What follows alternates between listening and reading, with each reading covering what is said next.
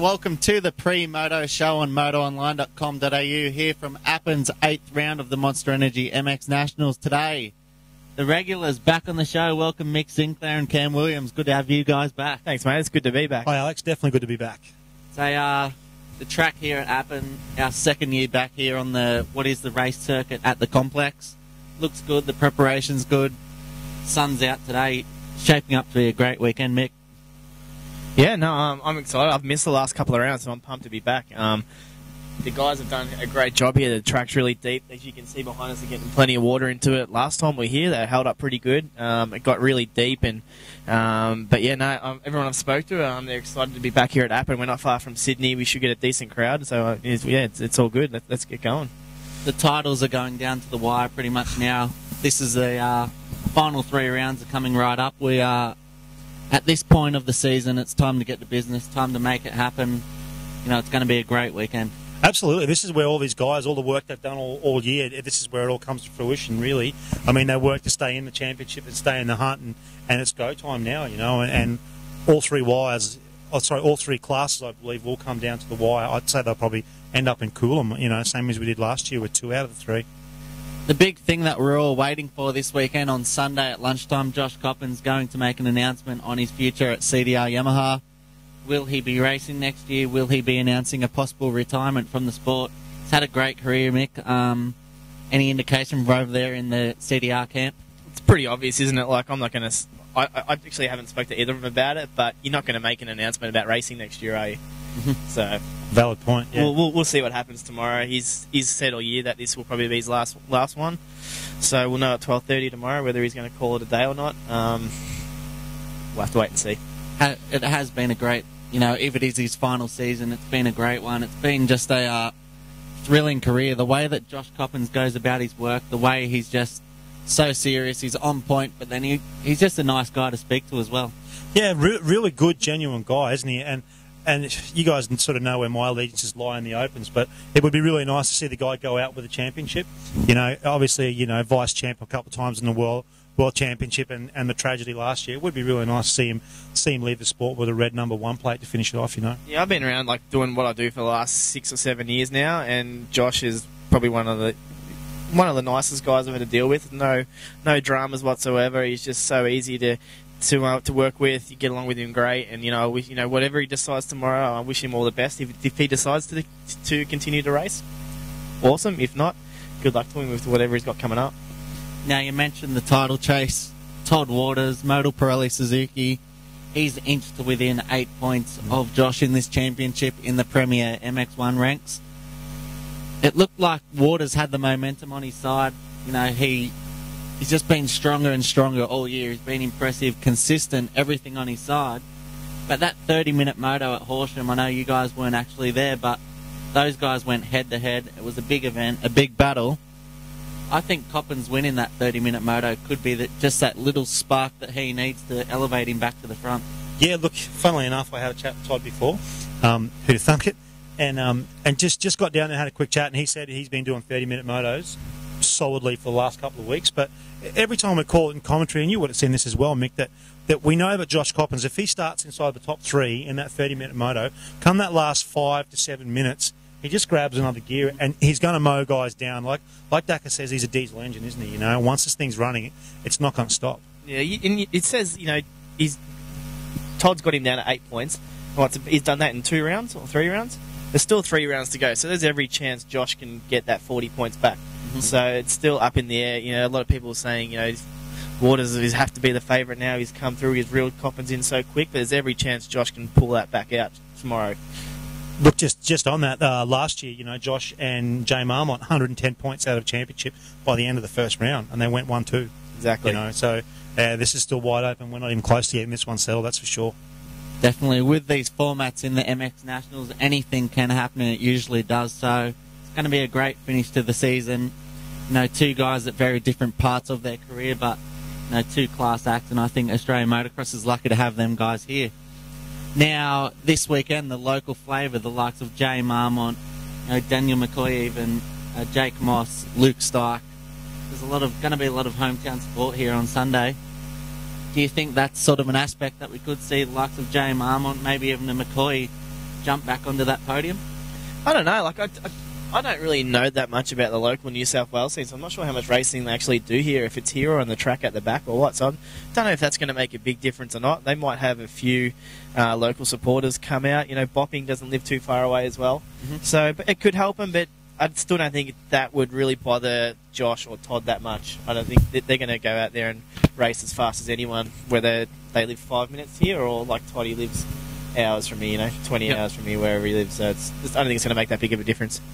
I know I did have a quick chat with Jay before, and he looks pretty focused and pretty and healthy more than anything. And he's been able to ride during the week, So, man, you can never count that guy out, can you? Ever. The two guys who are shaping up here at this point, Coppins and Waters, we've spoken a lot about them. But the likes of Bopping, Brad Anderson, those two, they're right in the championship hunt as well in the MX1. Could we see, at this point of the season, really those guys have to start winning motos, winning rounds, and starting to really put the pressure on the two at the front? Absolutely, they do. It's go time for everybody right now. And Brad Anderson, he came here for a lot of hype, and he's an exceptional rider. But in all fairness to him and everybody else, he hasn't quite hit those heights that everybody thought he was going to hit. We knew he was fast, and he's definitely fast. But he's, maybe just that little bit of consistency or the arm pump issues that he's been struggling with. But it definitely is go time for he and Bopping right now. Could Billy McKenzie be a potential wild card? Don't know. We don't know what Billy's going to do. I don't think we know when Billy's healthy. I don't know if we really know what he's going to do. He could go out there and win by 10 seconds, or he could crash 4 times in a lap. We just never know with that guy. It's great to see him back. He adds a bit of different kind of flavour to that class, and it's always good to have Billy out there. But going back to Brad and Bopping, both of those guys have surprised me this year a little bit, and I know Brad watches this, but I thought Brad, he surprised me. I thought he would have been a little bit closer to the top. I thought, he is third, but I thought he would have been, probably leading by now. And I didn't expect Bopping to go to be, top 4, and with the potential to finish on the podium at the end of the season. So both those guys have surprised me on different levels. One thing that we do need to remember is that these guys are fighting for seats for 2013 as well. Not only is it the championship that matters right now, the MX Nationals is basically the part of the season where seats are really decided. Yeah. Seems if you're good in Australian motocross, that's going to get you a good seat for the next year. So these guys are fighting for more than just results right now. There's definitely a lot of talk already. I think it's pretty early. What are we, late July, which is earlier than normal. But there's definitely a lot of whispers getting around out there about who's going where. I'm not going to speculate on anything I've heard right now, but there's definitely a lot of talk about people moving. Definitely some musical chairs going on. Yeah, it happens every time this year. Doesn't matter. I don't know if there's that many seats left, so I wouldn't want to be standing still when the music stops. Yeah. Now in the MX2 class, also Luke Stike is the runaway leader at this point. Serco Yamaha Metal Militia racing rider. He's just been so strong all year, but at Horsham he finished 5th. I don't think that's any indication that he's in trouble by any means, but I think the gap right now is around 36 points for him. He seems pretty comfortable in the position that he's in and just so focused. From what I can gather at the moment, I think there was the team went down. They decided that if he could lose the championship, it was on that day. And from the whispers I've heard, they essentially said to him, just play safe, and get away with 5th. And if that's the worst day he's had, then Fordale is really going to have to make some serious moves. We know that Stike's going to be good here, and we know that Fordale is almost unbeatable at Coolum. So Stike is definitely going to need to have a lead moving into that. Probably in excess of about 15 or 20 points, my assumption. Yeah, I don't know. How far is Keisha behind? About 50 points. 50 points. See, that's only a couple of rounds too. And that's been proven in the open class. And I think Josh has got the momentum going on his side. The last couple of rounds, I haven't been there, but I'm keeping up to date with Moto Online Twitter. And Josh has got. I think he's got all the momentum going at the moment, and I think he could still be a threat. I'd be watching out for him. I had a quick chat to him before. You bang on the money there, Sinks, with Keisha. He's super determined and very focused right now. He looks in good shape. And he and Monty, obviously Monty is probably not in for the championship, but Monty could be a real point spoiler for anyone trying to close gaps. Yeah. And that can allow someone like Keisha to close gaps very fast. Yeah, well, I flew up here this morning with Josh, and he knows what he's got to do. He knows he's still in the front, and he's going for that title. He's not going to be up to just Stikesy and Ford. Josh is going to be up there. He wants to win it, and he knows he still can. The thing that I like about Keisha is when you interview him, from a journalist perspective, just so refreshing. He says what he thinks. It's just a straight shooter, and he gets the results on the track. He says when he's not happy, celebrates when he is happy, which is important as well. So, you know, I'm a big fan of him, and I really hope that... Doesn't mind a bit of a scuffle in the pits after a moto or two. I hope that he can make it a three-man race for this championship come Coolum. I totally agree with you, and obviously I do a few interviews, and it's great. You put the microphone under Josh Caish's nose, and you never know what you're going to get. It's great. It's fantastic, you know. And he's that kind of guy, man. That's why I think a lot of people love him, and I'm included. I'm a big fan of Josh Caish's. Now let's fast forward here to the MXD ranks. The under-19s guys, KTM has swept the podium the last 2 rounds. Kane Lamont, he's won the last 4 rounds in a row. He's, you know, we said earlier on, none of these guys are stepping up to make this championship their own. Well, Kane Lamont, he's proven us wrong. Yeah. He's stepped up. He's just... I think that he's going to go on to win this championship, you know, judging by his current form. But one thing that we've seen this weekend is Dylan Leary, who was on a KTM 252-stroke. He's now with the Axis Motorsports, you know, Kawasaki guys on a 250F. So that's going to be good to watch. I'm actually looking forward to that, to keep an eye on that. And if you are coming to the track, you're looking for rider number 757, just quickly on that. And that's going to be a great experiment. There is a few other things going on in that class. Kane Lamont in the last moto last week started 7th, finished 6th.